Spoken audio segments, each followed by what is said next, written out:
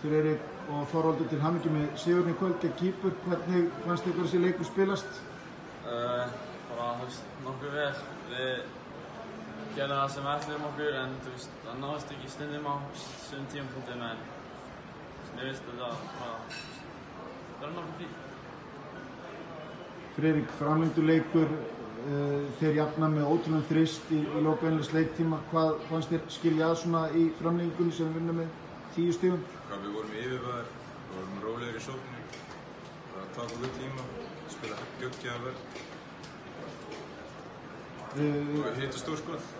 Framhaldið, frídagur á morgun og svo leikur gegn Bosníu á fimmtudaginn.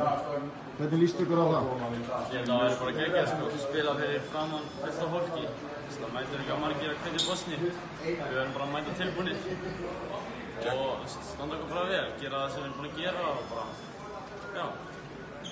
Geggjað fór tækifæri að spila topp 8 með svona sterkur riðli. Það er skemmtilegt. Gangi vel. Takk fyrir það.